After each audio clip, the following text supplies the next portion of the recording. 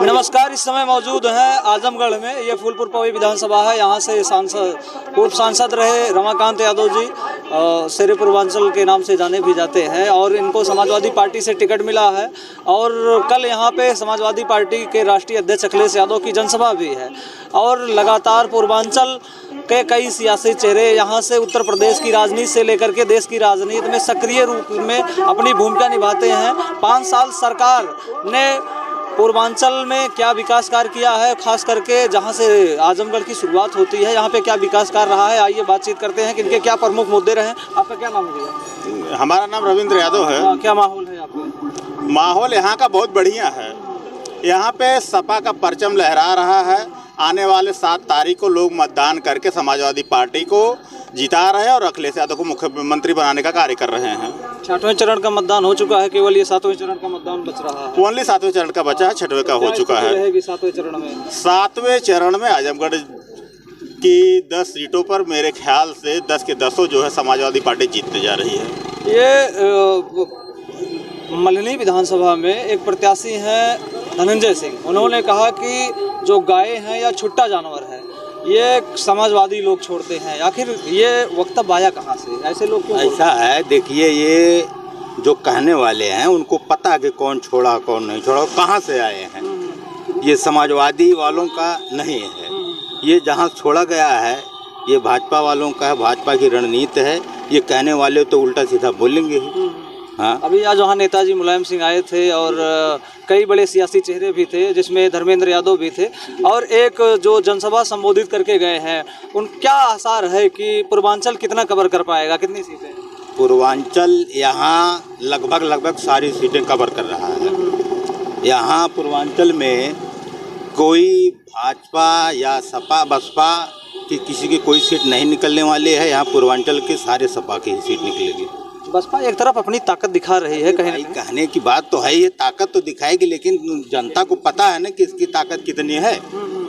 यहाँ तो जनता ये चाह रही है ना कि यहाँ सपा की ही ताकत है। यहाँ से सांसद अखिलेश यादव रहे, उनका क्या विकास कार्य है? अरे यार, यहाँ से तो जितना उन्होंने विकास किया कोई किया ही नहीं है अब तक। अब यहाँ जो है, जहाँ जितना विकास किए हैं हमारे अखिलेश जी, उतना कोई यहाँ जब तक सांसद हुए कोई नहीं किया। अगर सांसद विकास कर सकता है तो 5 साल सरकार भारतीय जनता पार्टी की थी, उसका क्या विकास कार्य था? कुछ हिसाब किताब होगा? किसका? भाजपा का, सरकार में बाबा जी का जी क्या हिसाब किताब है? उन्होंने क्या विकास कार्य किया? उन्होंने कहाँ विकास किया है? कोई विकास किया है? कोई बता दे कोई कहाँ विकास किया है? कोई विकास नहीं किया। अगर विकास किया होता तो जनता मन बनाती ही नहीं कि इसको हटाया जाए। भाई साहब कह रहे हैं कि 5 साल यहाँ पे सरकार सत्ता रहने के बावजूद भी विकास नहीं हुआ है, इसलिए जनता नकार रही है। तो क्या कारण है? देखिए, जनता का मूड है तो इस जो चुनावी जो समर चल रहा है, जो कैंपेनिंग है, एक लहर सी बनी है समाजवादी पार्टी की। और परिवर्तन की जो लहर है उसमें समाजवादी पार्टी जो है आगे चल रही है, मजबूती के साथ है। इसलिए भारतीय जनता पार्टी की नीतियों को कहीं ना कहीं पब्लिक ने नकारा है। इसका असर है कि किसानों की क्या प्रमुख समस्या है? पूरे प्रदेश के किसान की समस्या क्या है? किसान की बेसिक जो समस्याएं हैं जिससे किसान चलता है, जहां से किसान शुरू होता है, सबसे पहले उसके लिए बिजली, पानी में जैसे अब उसकी जन सुविधाएं जो हैं, जो मूलभूत सुविधाएं हैं, जैसे डीजल है, डीजल से सारे कार्य होने हैं, उसके कृषि यंत्र चलने हैं। तो जो डीजल का लगातार रेट महंगा होता जाए, इसका सीधा असर किसान की जो कार्य करने की शैली है, जो कार्यकुशलता है, या यूँ कहा जाए कि उसका जो विकास है, उस पर सीधे असर। डीजल, पेट्रोल और गैस के दाम लगातार बढ़े हैं, उसके बाद भी अच्छे दिन अब अच्छे दिन नहीं आए हैं भैया, अच्छे दिन नहीं आए हैं। 15 लाख मिला था नहीं? 15 लाख मिला था? 15 लाख कौन दिया? आपको ये जानकारी है? 15 लाख कौन दिया? वादा किया गया था। वादा किया गया, वादा बहुत से किया गया। किसानी ऋण माफ हो जाएगा, फलना चिल्ला हो जाएगा। क्या हुआ? कुछ नहीं हुआ आज के डेट में। भैया कह रहे हैं कि कुछ नहीं, कोई विकास कार्य ही नहीं, कोई काम नहीं हुआ भाई, नहीं हुआ। आप युवा हैं, रोजगार के जो वायदे किए गए और जो भर्तियां आई थी उसमें क्या? इस सरकार में अपनी तरफ से कोई वैकेंसी नहीं आई। जब चुनाव आ गया कुछ वैकेंसी आई हैं, लेकिन उनका कहे थे कि नवंबर तक एग्जाम हो जाएगा, जैसे लेखपाल का हो गया, कोई एग्जाम नहीं हुआ अभी। केवल एक एग्जाम हुआ, वो भी पेट का। फिर उसके बाद टीचर का एग्जाम हुआ। पहले लेखपाल जब वनडे परीक्षा की आप बातचीत कर रहे हैं, 1 दिवसीय परीक्षा की, तो लेखपाल की परीक्षा पहले सामान्य कराई जाती थी। पहले अब एक कहीं न कहीं प्रतियोगी छात्रों को बाहर करने का ये सिलसिला तो नहीं है पेट करा? नहीं, ऐसी कोई बात नहीं है। ये है कि मतलब कुछ छात्र पहले उनको छाड़ दिया जाए ताकि हमें आगे परीक्षा कराने में थोड़ा आसानी हो। तो उसके बावजूद भी पेपर कहीं न कहीं वायरल हो रहे हैं। पेपर तो उसका वायरल नहीं हुआ था, हाँ टीचर का जो टेट का पेपर था वो वाला वायरल हो गया था। फेल हो जा रहा है।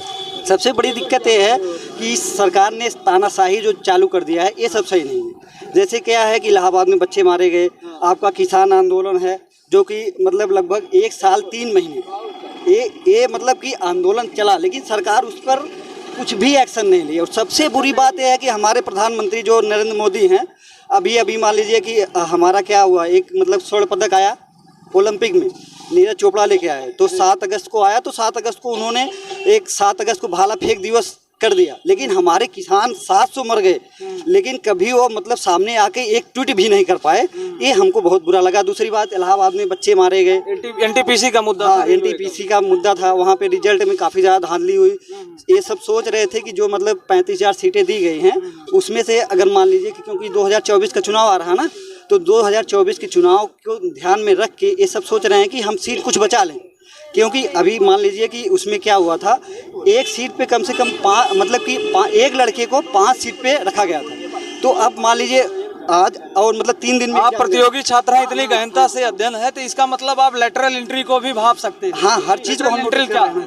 लेटरल एंट्री में मतलब देखिए, लेटरल एंट्री क्या है कि अभी तो हम संस्थागत जानते हैं कि लेटरल एंट्री क्या होता है। बाकी अब कंपनियों के थ्रू क्या होता है लेटरल, उसके बारे में निजीकरण से युवाओं को क्या है? बहुत ज़्यादा। देखिए, अभी मैं मतलब जब डिप्लोमा किया था 2013 से मैंने स्टार्ट किया था, तो उस समय क्या था कि मतलब जो सरकारी कंपनियां थी उसमें काफ़ी ज़्यादा डिप्लोमा मतलब कि जो अभ्यर्थी थे उनके लिए काफ़ी ज़्यादा वैकेंसीज आ रही थी। लेकिन जब से ये मतलब कि 2014 से सरकार आ गई है, इसने निजीकरण करना शुरू कर दिया है। इससे क्या हुआ है कि जो सरकारी कंपनियों में जेई वगैरह के पोस्ट आते थे वो भी ख़त्म हो गए हैं। धीरे धीरे निजीकरण हो रहा, तो सरकारी जॉब कहाँ से आएगी?